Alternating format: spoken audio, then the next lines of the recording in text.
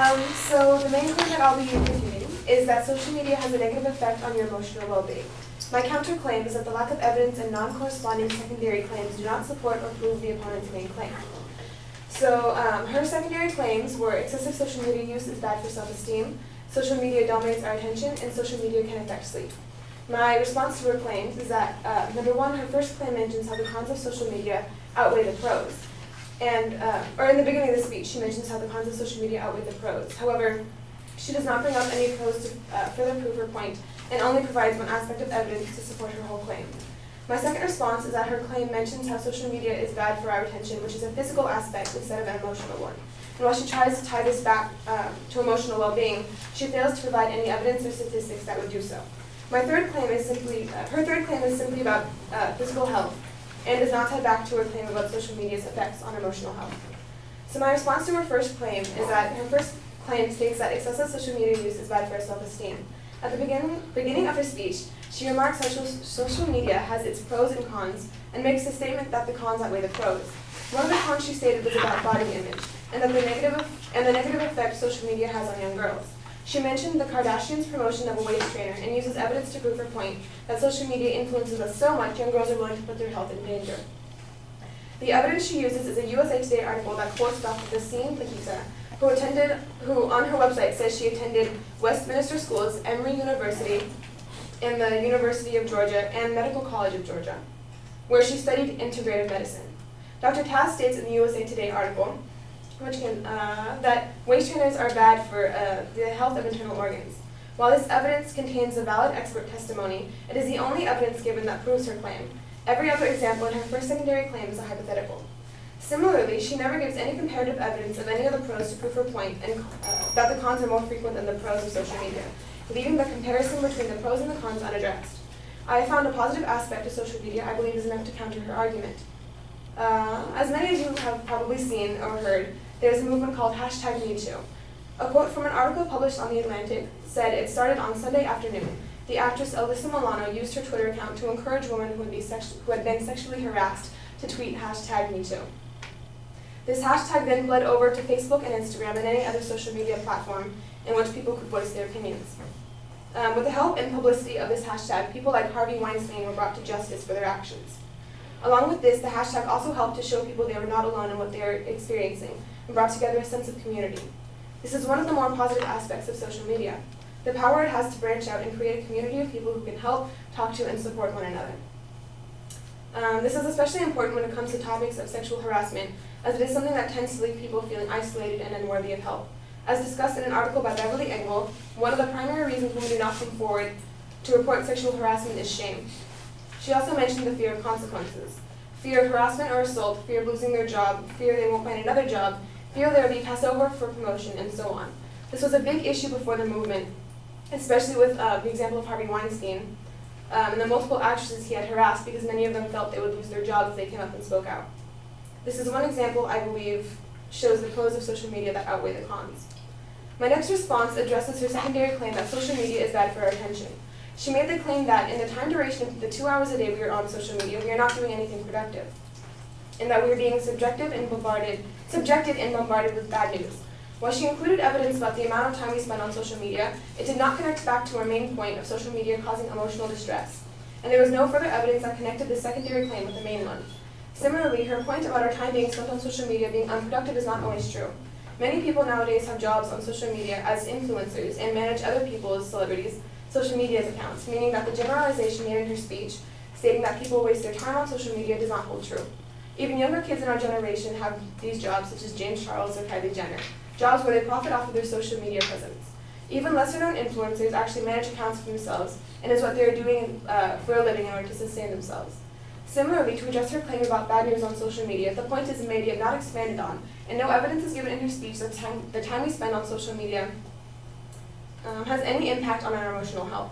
Likewise, her point that we are subjected, the point that she made that we are subjected to a multitude of bad news is faulty and can be dismissed due to the fact that the bad news can be seen everywhere from Fox News to your everyday radio station. There is no evidence or research that supports that we, by using social media, are subjecting ourselves to more bad news than we already read, hear, see, and talk about daily. She also brings up a point that being on the phone with your friends can cause a disconnect. She states that being on your phone while with a friend can make the other person feel less valued. However, this statement is purely hypothetical, as there is no evidence given to back this up, and not to mention and is a sweeping generalization made stating that everyone feels the same way, which might not be applicable to everybody. The lack of evidence and generalizations made in the secondary claim, in the secondary claim, keep it from pushing her main claim forward. Lastly, her third point talks about how social media affects our sleep and does not pertain to our does not connect back to our emotional health. There is trustworthy evidence in her speech that talks about how social media at night can alter your sleep patterns and prolonged exposure can put us at risk for disease, but there is no evidence to create a wraparound connection that brings this point back to her main claim. Therefore, the point is irrelevant to the main claim. Altogether, she had good evidence, but she didn't manage her secondary claims. Two secondary claims did not support her main claim. Thank you.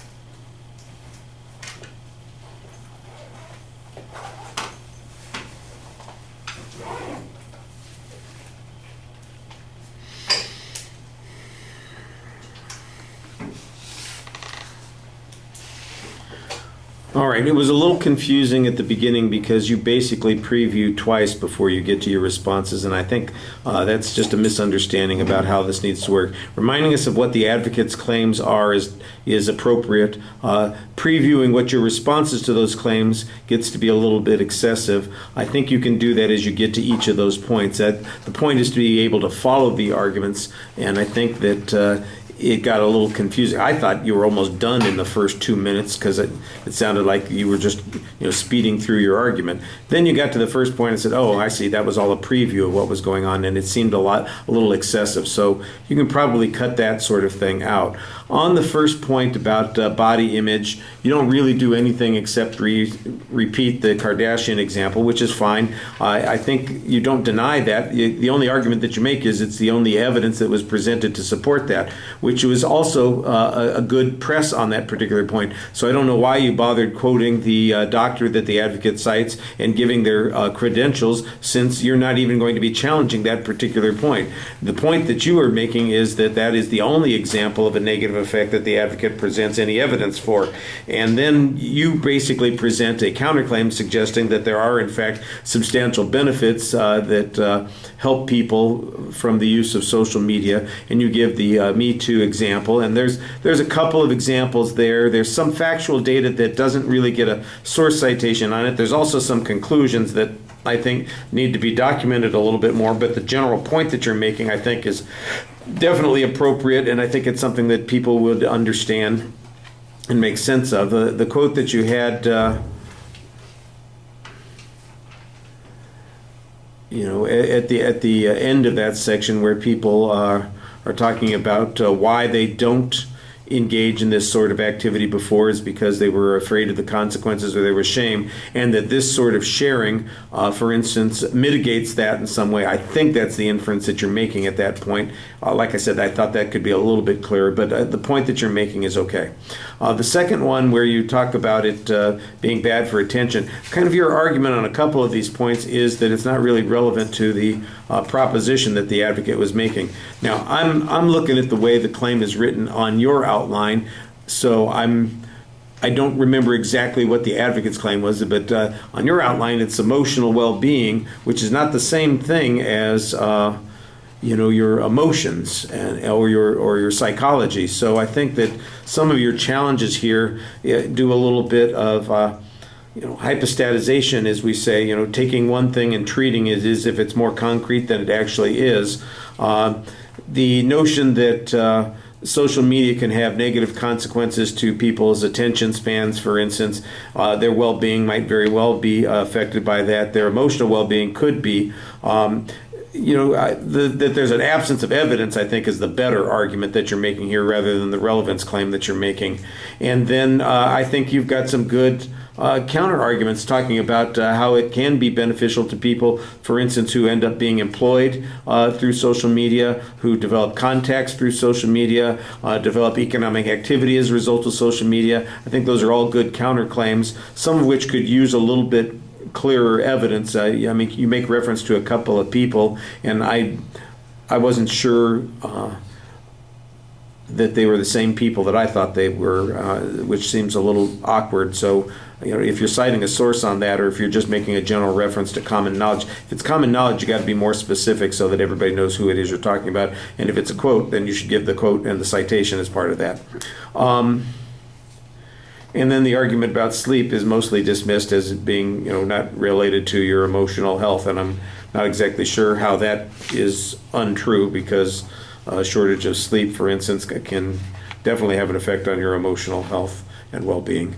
I'm sitting here right now going on that same issue because I'm so damn tired. And as a consequence, I've become a prickly human being. All right.